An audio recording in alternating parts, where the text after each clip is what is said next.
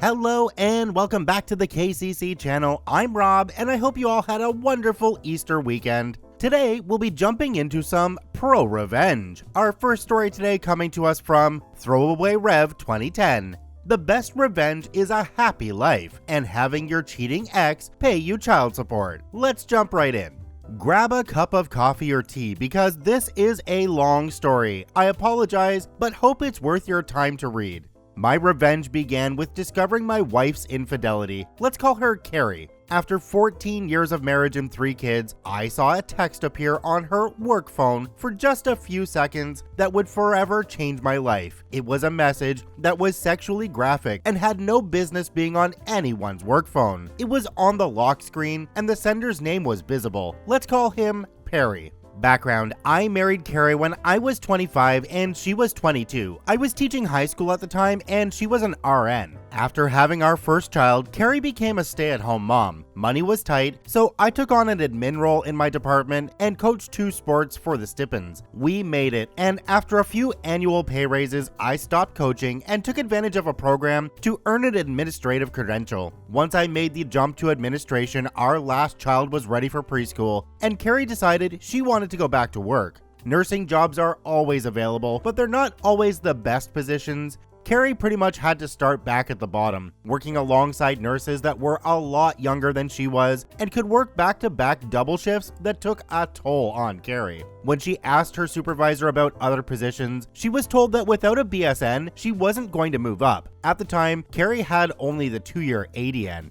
I told her that between preschool, after-school rec, and my retired mother, who was always willing to pick up the kids from school and watch them, I'd support her getting her BSN. It took her 3 years, but eventually she had her BSN and was promoted to a better position at the hospital. Things were good for a while. We had plenty of money, so finally moved into our own McMansion, bought new cars, etc. I'd moved from school admin to the district admin, so I had more time to spend with Carrie and the kids. She was working a more predictable schedule, and even with my often long hours at work, this change allowed us to finally take vacations to all the places we'd put on a list during our honeymoon. She kept that list in our wedding album. At some point years later, I noticed she's carrying 2 phones with her. When I asked her about it, she said that it was a phone provided by the hospital. I didn't question her explanation because my district had also given me the option of a phone or a phone stipend, which I took instead. Again, months went by and I thought we were a happy, perfect family. I charged my phone in our den while she charged her phones in our guest bedroom that doubled as a computer room so we could keep tabs on the kids while they surfed the web. I was updating software on the computer when I saw a light around her work phone. She had a habit of always turning her phones face down when charging them. Out of curiosity, I reached over to the phone and flipped it over. A message had popped up on the lock screen asking her when she'd like to be orally pleased again, but in much more graphic language. I also saw that Perry sent it. The world stopped around me. I just froze. My first thoughts were, what the hell was that about? It's her work phone. That kind of message gets people fired. Then it hit me. Was Carrie having an affair? It's amazing how the brain works. I suddenly started remembering a lot of things Carrie had done that seemed odd, but I'd either dismissed them myself or immediately accepted her explanation. She was always walking out of the room to answer a call or return a text and claimed that it would violate HIPAA if I overheard her talking about a patient. I accepted this because education has similar privacy laws regarding students. She would sometimes come home with a faint smell of cologne on her clothes and claimed it was from helping to move male patients. Again, I accepted this at face value, but it always struck me as odd how it seemed to be the same scent of cologne. Once the proverbial barn door was open, I started seeing a lot of things that I'd missed before. Our love life in the bedroom had cooled off considerably, which wasn't helped by her having to leave the house at odd hours to fill in for other nurses that called in sick. I also recalled where I'd seen the name Perry before, and a call to the hospital confirmed he was a doctor there. For the next week or so, I was walking around in daze, trying to put all of the pieces together. One of our kids had left a book in Carrie's car, so it was an excuse to visit the hospital. Carrie had told me personal visits were frowned upon. My kid went up to get Carrie's car key. I'd forgotten my key to her car at home. I talked to a nurse in the lobby and joked about how work phones seem like a blessing, but all they do is put you on call 24 hours a day. This led to her eventually telling me that the hospital was too cheap to give cell phones to nurses, so only high-level executives got them, which didn't include Carrie.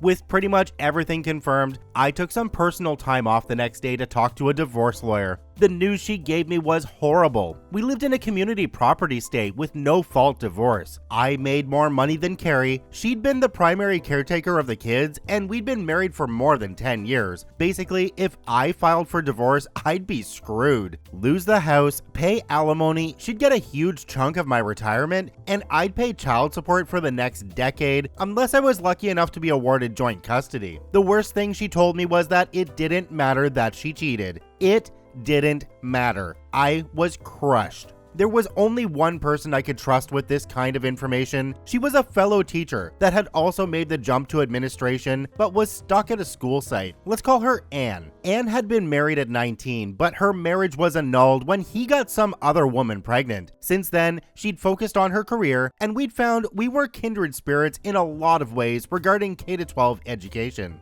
I talked to Anne. She said something to me that changed my whole mindset. If you don't like the hand you're dealt, change the deck. I realized I had two problems. I made more money than Carrie, and she had more time than me to be the primary caretaker of the kids. The second issue was actually kind of easy. At every district office, there are jobs that are fast tracks to higher positions, and there are jobs that administrators suffer through, like mess or KP duty in the military. One of these dead-end regulatory positions was open again. Ambitious administrators leave after a couple of years when a better position opens up. I sat down with our district superintendent and asked about being transferred to that position. At first he was shocked, but I told him that it was my time to take one for the team and it would fill a hole in my admin experience. He agreed. It was really just crunching numbers with no personnel or student interaction, so I could set my schedule, even take a laptop home and work there. With my new free time, I began taking the kids to school, picking them up from school, not leaving them in after-school rec or having my mother watch them, and taking them home.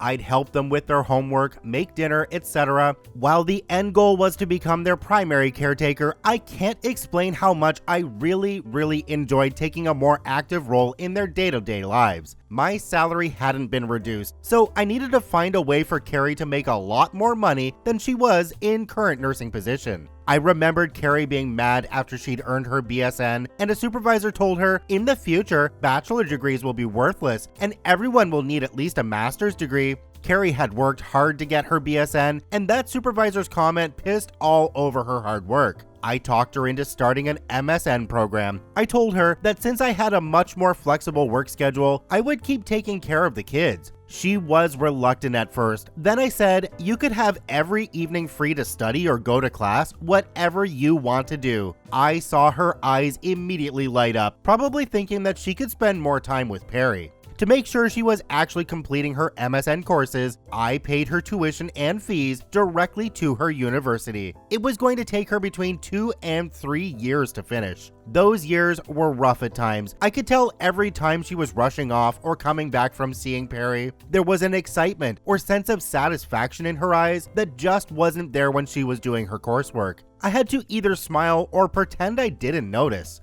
My temper got short at times, and I found myself in arguments over petty nonsense. A couple of times, I almost blew the whole charade, having to bite my tongue and apologize, rather than scream insults at her that she deserved. Anne remained my confidant through all of this. I'd recommended her for my previous fast-track position, and she joined me at the district office. Anne was qualified, hardworking, ambitious, and only needed her foot in the door to impress the higher-ups. I even got a few pats on the back for recommending her after she impressed everyone. Anne and I started our own affair. It wasn't some hot-blooded, passionate romance, but two friends giving each other what they need.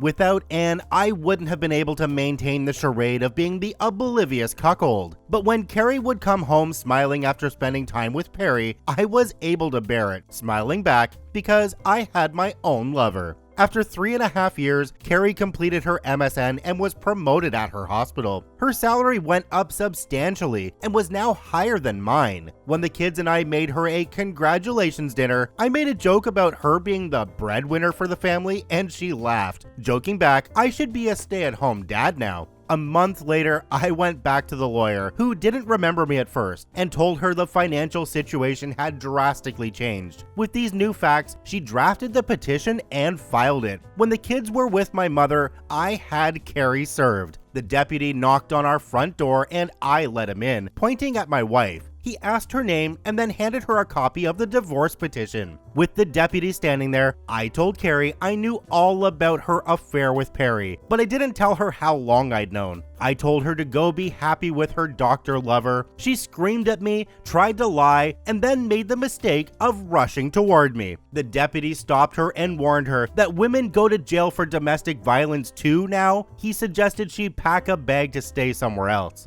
Carrie left after I promised not to tell the kids about her affair. I didn't tell the kids, but I told my mother, who told my sister, who told her kids, who told their cousins, my kids. It took a few days, but eventually the kids knew that dad was divorcing mom because she had a boyfriend. In the end, the court granted the divorce, giving me primary custody of our kids because I was already their primary caretaker. I kept the house with the promise I'd refinance to buy out Carrie's half. She was ordered to pay child support, and I used that fact to negotiate with her to give up any rights to my retirement if I bought her out. I was able to refinance my home. It was the era when banks threw money at everyone to buy or refinance a mortgage, and with a little money borrowed from my parents, I bought out Carrie's community property interest in the home and in my retirement.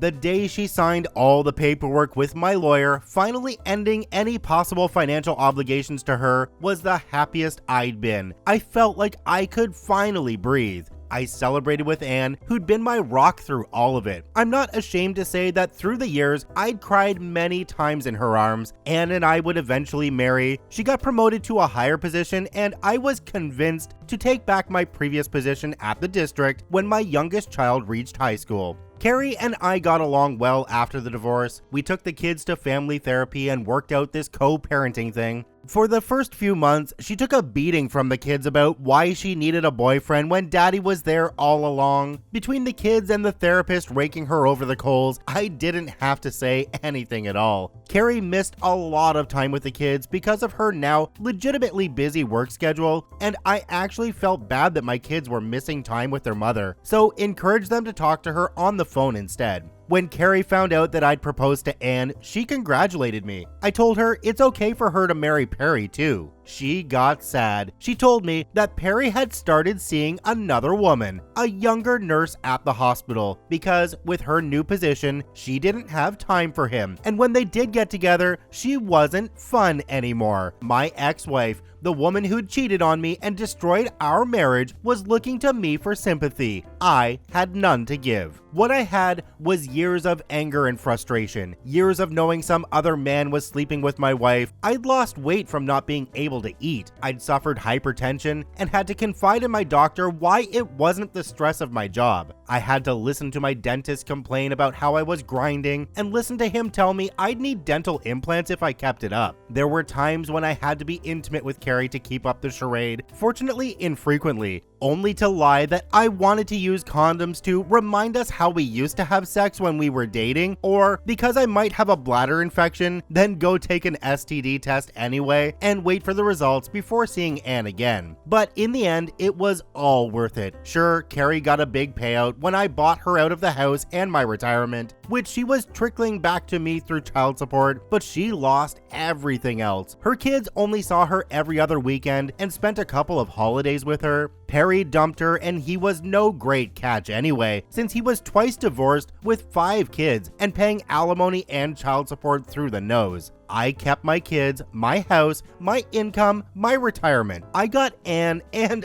I'm genuinely happy. All in a community property state with no fault divorce. If that's not pro-revenge, then I don't know what is. OP, you have the patience of a saint. I couldn't have done that myself. Somebody who goes through something like that, they definitely need an Anne. Someone who can listen and comfort and just generally be there. I'm so glad it turned out well for you and that your ex got screwed in the process. Thank you to OP for posting their story in the ProRevenge subreddit. They are linked in the description down below. Please go check them out. Check out one of these other stories, and if you haven't yet, please hit that subscribe button for more daily Reddit stories.